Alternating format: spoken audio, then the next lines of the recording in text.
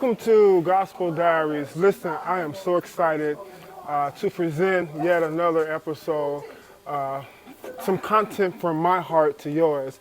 And would you please do me a favor? We will wait a moment. Please subscribe and follow. And as I said before, this is content from my heart to yours. But listen, I am beyond honored to be sitting with an icon in the city of Chicago, a Joshua who is carrying the legacy of Father Charles G. Hayes, and I'm talking about none other than Pastor Derail Smith. Praise the Lord! Praise the Lord, man. Let me absorb this really fast. Okay. This is just amazing. Yeah, to God be the glory. Yes. Yeah. So you initially came to Cosmopolitan Church what year? And 1991. I was 19 years old when I came, singing in the choir. And singing in the choir, Yes, 19 sir. years old. Would you have ever imagined you would be the pastor of the church? I still can't believe it. Where you are? Yeah, no, I could not have. It was not even a thought. Ministry wasn't even. I just loved singing in the choir and being a saved young guy. That's all I loved doing, and I didn't know that this was going to happen. Wow. Well, we're going to delve into your gospel diary. All right, so you ready? Okay, let's go. So let's talk about your humble beginnings. Are you a native of Chicago? Yes. Okay, I was born on the west side of Chicago. My grandmother was a pastor, but my roots, this is going to be a little different. My roots come out of True Temple Asylum. Really? I was baptized by Prophet Peter Banks. Okay. And from there, my godmother was a member of First Corinthian Baptist Church, Pastor Reverend Harvey Spivey. And that's where, from there, dealing with my grandmother, True Temple Asylum, my godmother, I ended up at First Corinthian, also True Temple Asylum, and then my grandmother went from, this is some good history here, my grandmother went from True Temple Asylum to First Deliverance, Pastor Cobb's, and got ordained as a pastor or as a reverend at that time. And she started her own church, St. John Willing Workers Spiritual. Wow. So my roots carry Baptist and spiritual and Coptic. You know, you're well-rounded. And that is the era. That we in the 70s. Yeah, that's the air and the elements that we get from you when we see you ministering behind the sacred desk. So that's amazing. Now, as far as ministry, as a child, was ministry were you one of the ones that would preach to the cart some toys or the cans or? Actually, I was. Really? Okay. Well, when I began to talk, because I was going to, again, First Corinthian Missionary Baptist Church, my grandmother was a pastor, and she would babysit me while my mom would be at work, and she said I would be in the floor humming, not singing, just humming. And my great-grandmother at that time said, that boy gonna preach. He's gonna preach. And as I began to get older and talk, of course, my godmother asked me, she said, Derail, what do you want to be when you grow up? Off the top of my head, age 5, I said, I want to be like Pastor Spivey. Really? And she said, well, Pastor Spivey, that's he's a pastor, he's a preacher. That's not really like a job. She said, well, why do you want to be like Pastor Spivey? And I said to her, at that time I called her Mama Helen. I said, well, Mama Helen, he makes everybody feel good. Okay. And when I'm around him, I feel what he feels. And that's what I told her. Wow. And that was part of me growing up. Wow. Well, so for this first segment, I just really wanted to introduce your background to Gospel Diaries. And of course, when we come back, we must pay homage and respect to the spirit of the Right Reverend Father, Dr. Charles G. Hayes. We'll be right back. Awesome. Get them old songs. Have I given anything today? Have I helped some needy soul? Think about it. Along the way, from the dark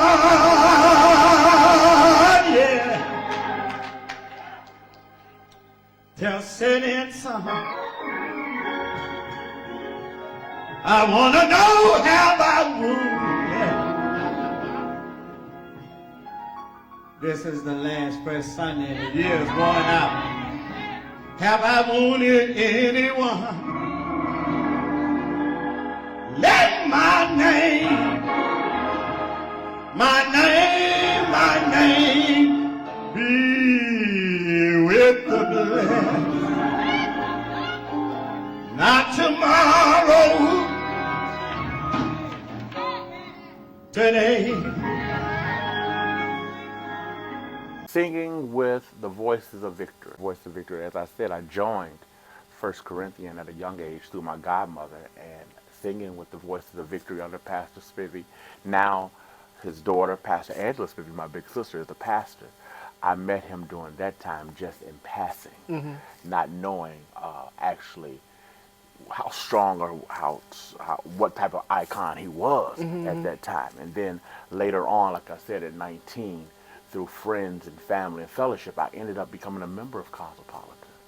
And that's how I got connected to Dr. Hayes and singing through the choir. And he was one that he knew people were like, he used to call them transit. People would come and go, come and go.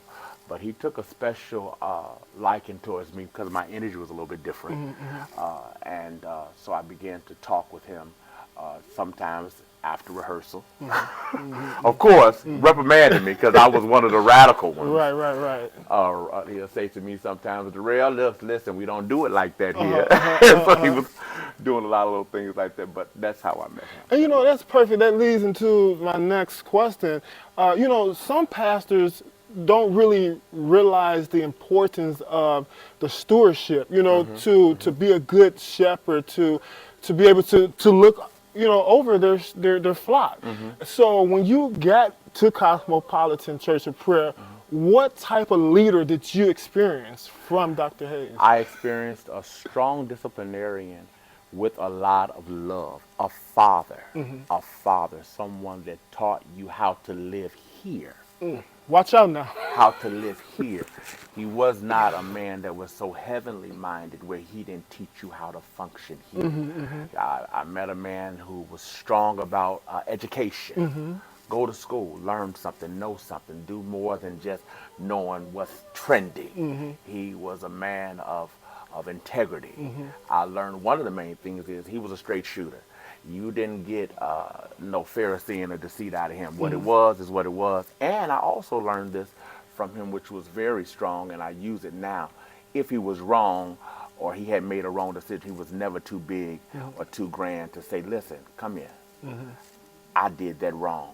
I said that wrong. Let's make this right. Wow. That's what I learned. I learned a lot of humility from him. Only if the world could take from that.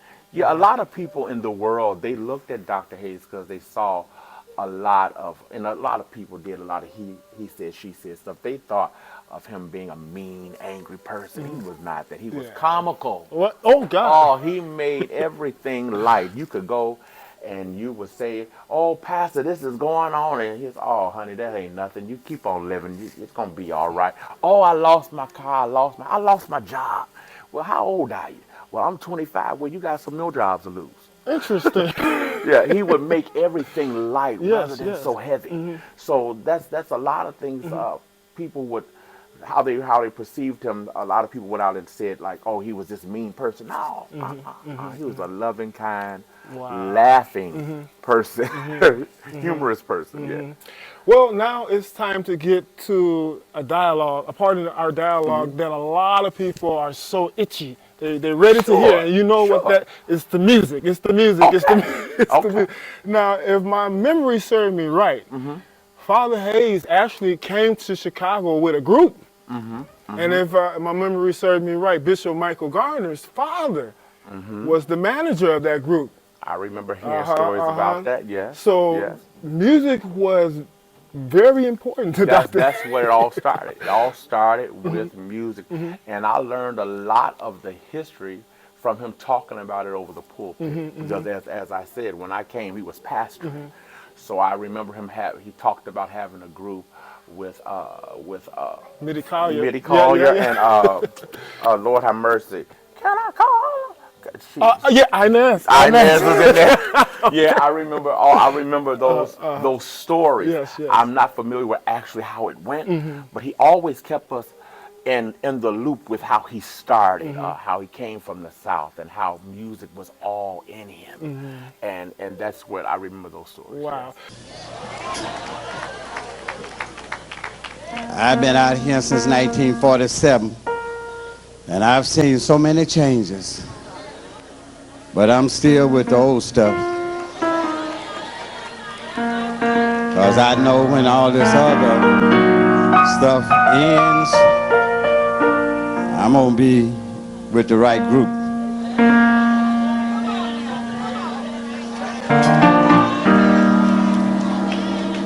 I had some good friends. Reverend James Cleveland told me before he went to be with the Lord, he said, hey, stay with gospel music. He said, this contemporary music is just what it said, contemporary.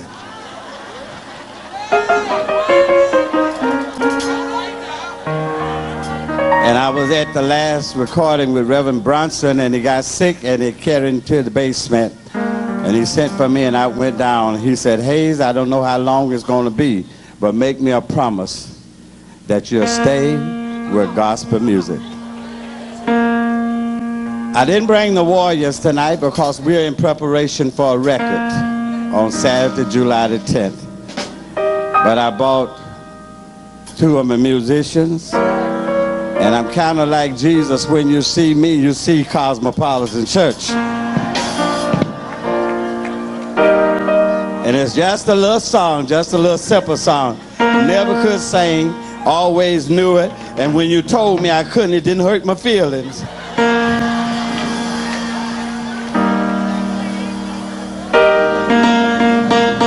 By the grace of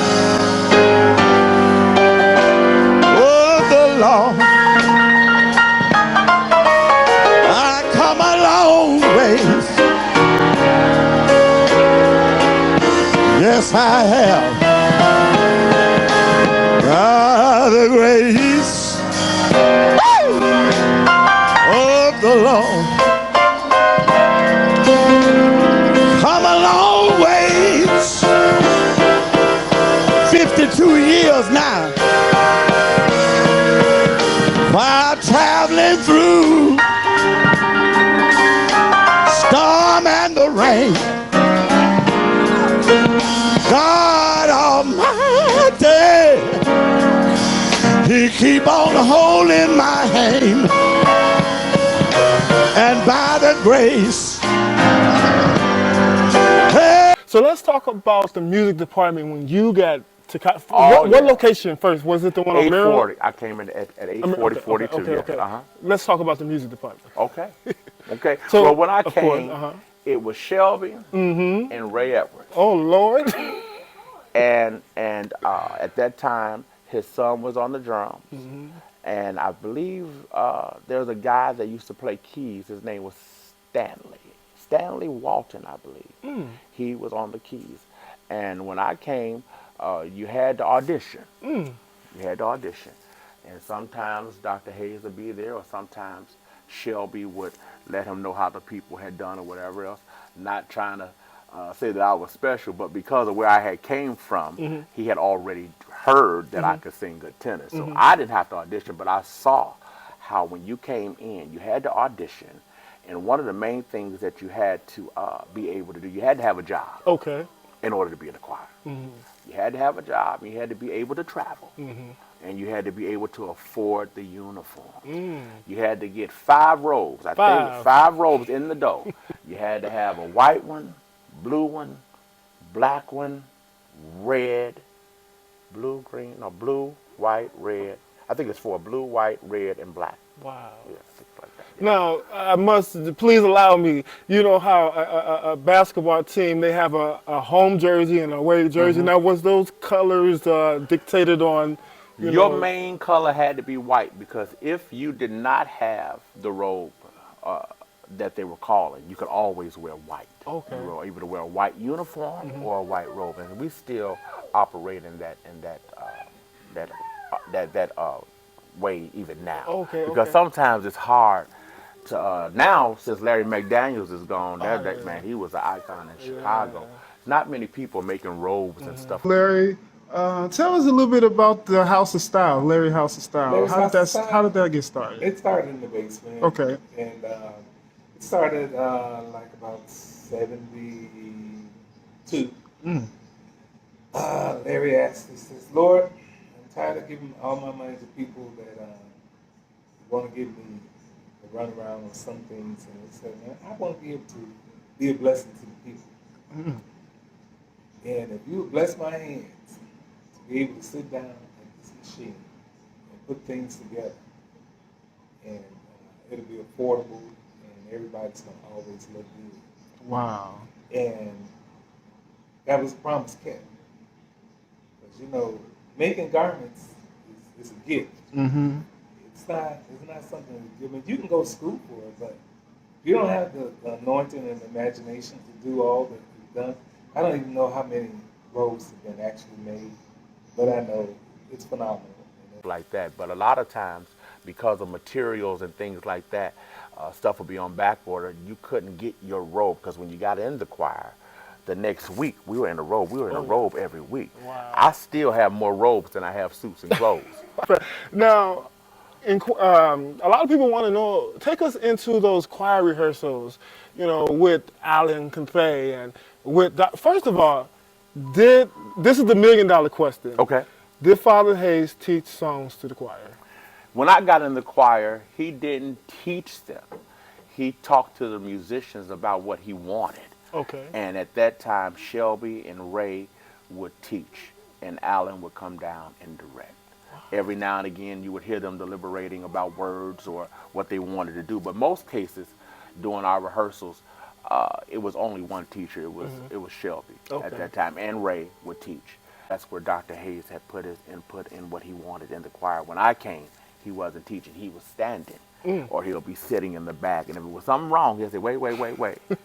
That's what happened. Wow, okay. Now, another question too. Now, you all have a serious repertoire. I mean, music, classic, hits. But a lot of times, I remember when I used to come to the broadcast, you know, we would hear the choir actually sing other songs. Absolutely. You know, and we'd be like, oh, wait, but we want to hear this. This is on the album. So talk about, you know, who actually decided the song selection? Because when we came to Cosmo, we wanted to hear a Cosmo number. Yeah. But you'll pull another one out the hat. Yeah, well, I remember Dr. Hayes would say to the choir, and even before I became pastor, just in conversation with him, he would say, you want to always be able to draw all genre of people. And one of the things that he did say, he said, if we're going to sing a song, we got to sing it as well, if not better. There were some songs we sung by other artists, they thought it was ours. Yeah, so the song selection came from Alan and Reverend Hayes, and sometimes Shelby, because he had to arrange or whatever, and Ray had to arrange music. So they got together on all that. It was a team effort. It was not one person. It was a team effort. But case in point, if the Spirit was calling something else on a particular Sunday, and he would have 3 or 4 songs down, and they would give him the list of what they wanted to sing or what they had to, he'll put a line to, no, we ain't gonna sing that today. I don't want to hear that, or the Lord is saying this. So yeah. Okay. He was the last deciding factor, but I believe it was a group effort. Okay. Now, before we get into your pastoral role here, we want to hear a couple of stories. We have to hear first. The first story on the docket is, give us a good Diane Williams story. How many? Where do I start? Where do I start? Diane Williams has always been an artist. She's always carried herself in front of, I call her Empress, in front of all the other choir members with dignity. She was always well dressed. So a story of Diane would be her needing help every time she came to church, because she would have a host of bags. she would always have it, and you would have to get her stuff and help her in. And she always, a lot of people, she has such a strong, big voice, but to talk to her, it's always, hey, baby. So I remember one time, it was Midnight Musical, and she was running late. She came in, and she had on all black, and she got in there, and it was time to go out. And she had the nerve to have all these buckles on her shoes. So she had me and somebody else helping her up top. We had to buckle her shoes. Lord, and that's one of the funny stories. Wow. And of course, Alan, where is she? Where is this woman at? But she was one of the ones that she's really set the bar high for. She always came in like a first lady. She carried us in, like a first. Her, Maydor Brown, Michelle, all them, Sharon Childs. You would think all them was first ladies the way they came in. Now, did you meet? What year did she pass away? Lord have mercy. I'm not sure of the year, but did you meet her? You did meet her? Oh yeah. I traveled with her. Give us a story. Well, I'm gonna give you a real funny one. Okay. Everybody knows he's satisfied with me. Yes. And I know Ray, if he gets up, he can talk about it. We went to Italy, and I was young, and at that time I thought, I come from a little church where we hid all our likes and dislikes, so, like outside of the church. We went and we sang on the stage with B.B. King.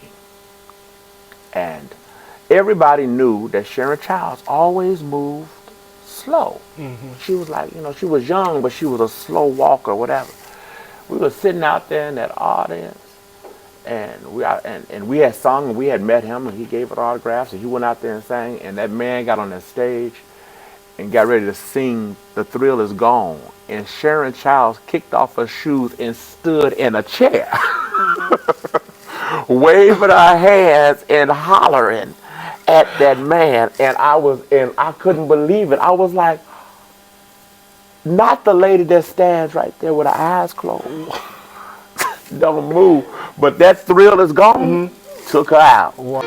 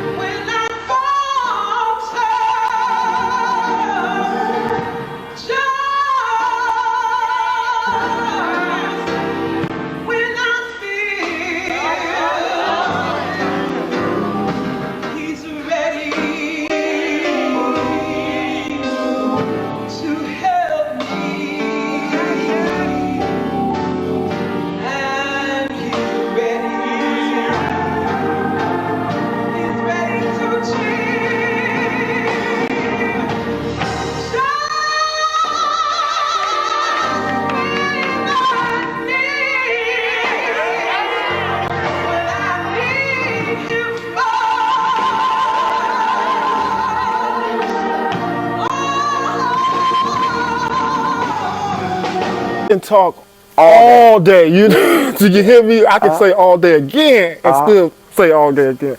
But look, I'm so appreciative that I do have this moment to document, your work at this present, time. Okay. And I think that you're doing a tremendous job. And I'm just grateful, that Father Hayes, his physical body is no longer with us, but we still have a myriad of people that actually signed and sat under his leadership, and you was the chosen. You know what? I must say this. I was at the church. It was the one on Maryland, and Father Hayes. He was real sickly at this particular time, and he sat there, and you did the whole entire service. And Father Hayes, he said, I'll never forget.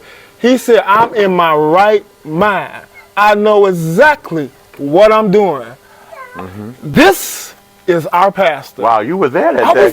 That was the day you got the book. Yeah, come on. All right, come on, yeah.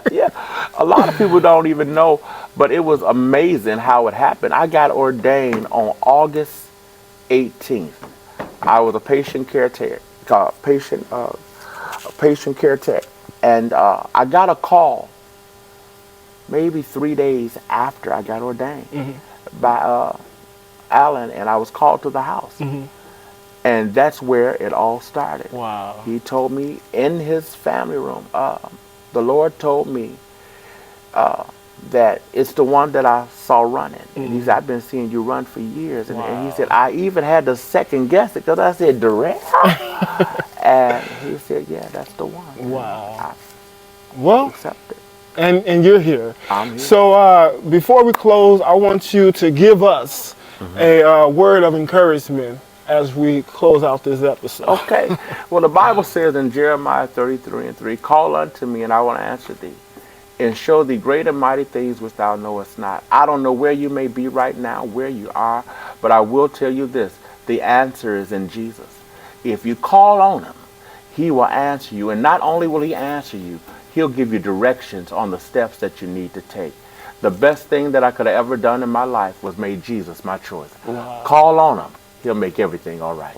And on that note, we are in for a treat. We have the fame, Ms. Leanne Fame, Ray Atworth. Oh my God! I mean, Lord, don't have me call the Brother Bruce is over there. Alec Cathay Jr. And I must come on, y'all. We have the Miss Bishop. Are you ready himself? Yeah, come on. Yeah, Bishop Larry Roberts. So we're definitely in for a treat. Pastor, thank you so much for this opportunity, and we'll talk later. And as I always say, love on someone, and trust me, you will change a life. All right. God bless you, man.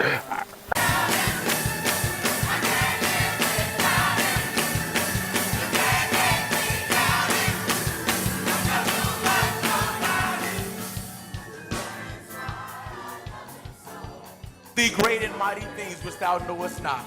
God bless you, my Father's children. Thank you for tuning into this spiritual experience. We want you to know that we love you, and we even love you. We still affirm the words of our great founder that if you change your attitude and your thinking, you too will be able to sing along with the choir this song of victory. Jesus is real to me. Come on.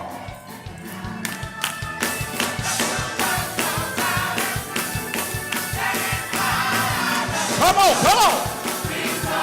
Bless him, bless him.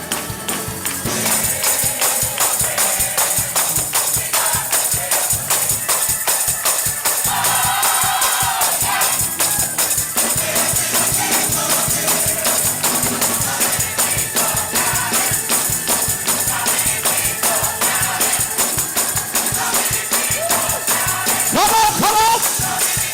So many people doubt him. You can't make me doubt him. You can't make me doubt him. Woo! I know too much about him. I know too much about him. I know too much about him. Woo!